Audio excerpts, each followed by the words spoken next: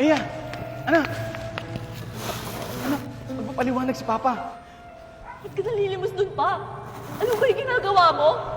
Paano pag nakita ka ng mga classmate ko? Eh di aasarin na naman ako noon. Hindi ka naman talaga nag-iisip? Ganyan ka na baka bobo? Oo, anak. Bobo ako. Pero anak, pasensya ka na ha. Kung ito na yung paraan ko para kumita ng pera. Anak, alam mo naman matumal ngayon sa biyahe, di ba? Pangkuryente. Ang tuition ni anak. Ako, parang kukulangin talaga ako. Pero, kaya to.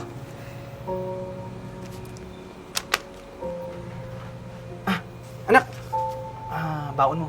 Pang isang linggo na yun, anak ha. Pasensya ka na muna. Magtipid muna tayo. Nga pala, anak. Sasabay ka ba sa akin mamaya para sabay na tayo? Saka, gusto mo, sunduin na lang kita. 500 lang pa? Dagdagan mo naman. Eh, hindi naman to aabot na isang linggo eh. Baka nga isang araw lang, ubus na to eh. Ba naman yan? Matataas naman yung grades ko. Paano ko gaganahan mag-aral niyan? Saka nga pala, huwag mo na ako sunduin ha. Nakita ka pa ng mga kaklase ko. Kasari na naman ako doon na yung tatay ko, jeepney driver. Kaya ko naman umuwi mag-isa eh. Salamat na lang. Anak, pagpasensyahan mo na muna si Papa ha. Kung yan lang na ibigay ko. Medyo matumal kasi ngayon ng biyahe. Tsaka, hayaan mo anak.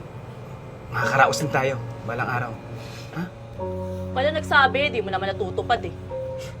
Ano yung 500 mo? Natamad na ako pumasok. Saka anong makakaraos? Baka nakakalimutan mo ako yung susi mo. Baka dagdagan mo na yung baon ko. Siya, anak. Ito na. Anak, maraming salamat ha kasi tinupad mo yung pangarap ni Papa na maging mataas yung grades mo sa school. Totoo ako dahil manang-mana ka talaga kay Papa. Bibigay ka din pala eh, dami pang sinasabi. Sabi mong mana sa'yo. Baka mana ako kay Mama. Kung matalino ka, bakit ngayon jeepney driver ka lang? Alis na nga, dahil mo sinasabi.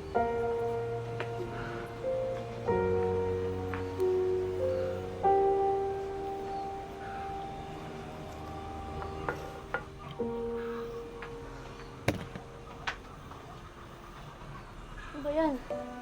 Gym naman, init pa. Ano kaya si Papa? Ano kaya ulam? Ano ba to? Sulat pa talaga. Pagkain na yan. Ano naman ulam?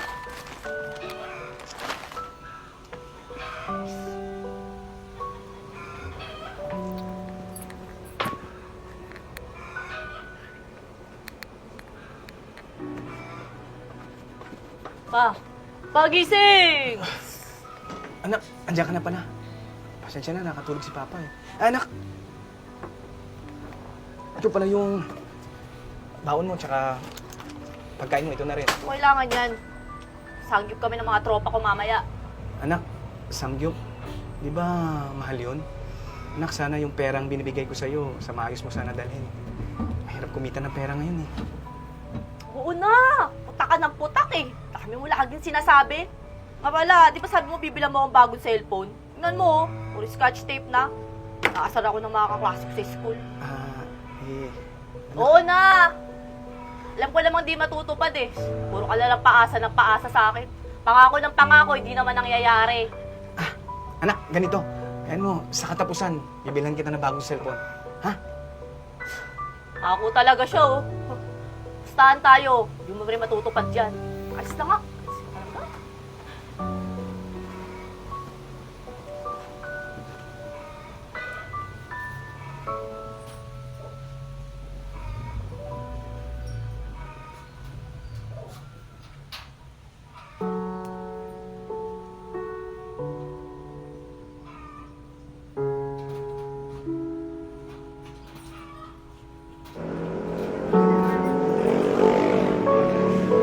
Ma'am, sir. Salamat po, sir.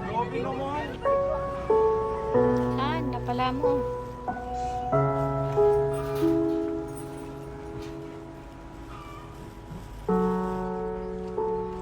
Iya? Anak! Eya! Anak, magpapaliwanag ako! Anak! Eya! Anak! Anak, magpapaliwanag si Papa. Ba't ka nalilimos dun pa? Ano ba yung ginagawa mo? Paano pag nakita ka ng mga classmate ko? Eh di aasarin na naman ako noon! Hindi ka naman talaga nag-iisip? Ganyan ka na baka bobo? Oo, anak. Bobo ako. Pero anak, pasensya ka na ha. Kung ito na yung paraan ko para kumita ng pera. Anak, alam mo naman matumal ngayon sa biyahe, di ba? Tsaka anak, alam mo yung paghihirap ko, ha? Sana maintindihan mo ako. Alam ko, pero hindi ko maintindihan. Bakit kailangan mo gawin yun pa? Bakit? Anak, dahil tatay mo ako. Ayaw kong makitang nahihirapan ka. Tsaka di ba, ikaw na nagsabi sa akin na kaya jeepney driver lang ako dahil bobo ako. Anak, ayaw kong matulad ka sa akin. Eh, lahat ginagawa ko. Ayaw kong mahirapan ka. Alam mo ba yun, ha? Ganun kita kamahal. Ma, bakit? Hindi ko maintindihan. Pwede mo naman sabihin sa akin. Hindi naman ganun katigas yung puso ko eh. Maiintindihan naman kita eh. Tayong dalawa lang magkasama oh. Tayong dalawa lang magdadamayan. Yun ang anak eh. Papa mo ko pero di kita naramdaman. Natatay mo ko. Kadugo mo ko, di ba? Anak, sana naman, kunting respeto. Lahat naman ginagawa ko ah. Ganun ka na ba talaga kamanid, anak? Nagkulang ba ako? Nagkulang ba si Papa sa'yo? Di ba lahat naman binibigay ko? Pa, sorry. Hindi ko alam na ganyan na pala yung nararamdaman mo. Sana mapatawad mo ako. Pangako ba? Magbabago ako. Hindi na ako mag-iinarte. Babawi ako sa'yo pa. Sorry. Anak, naiintindihan kita. Okay lang sa akin yun. Hindi ako galit.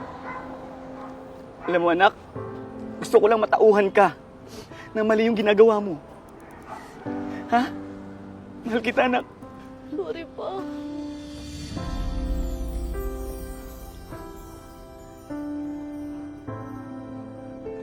Ayan mo anak. Makaahon din tayo, ha? Mapagtapos ka ng pag-aaral mo. Tara na, uwi na tayo.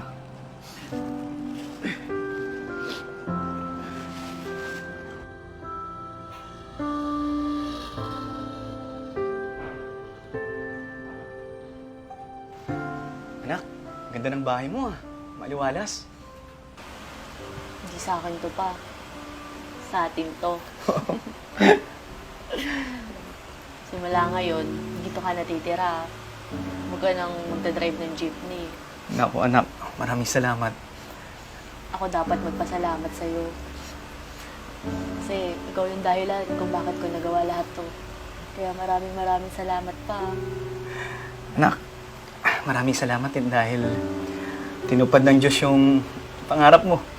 Alam mo bang, masaya ako siguro kung buhay pa yung mama mo. Isa rin siya sa masaya. Salamat na. And for today's video, ito lang din ang masasabi ko.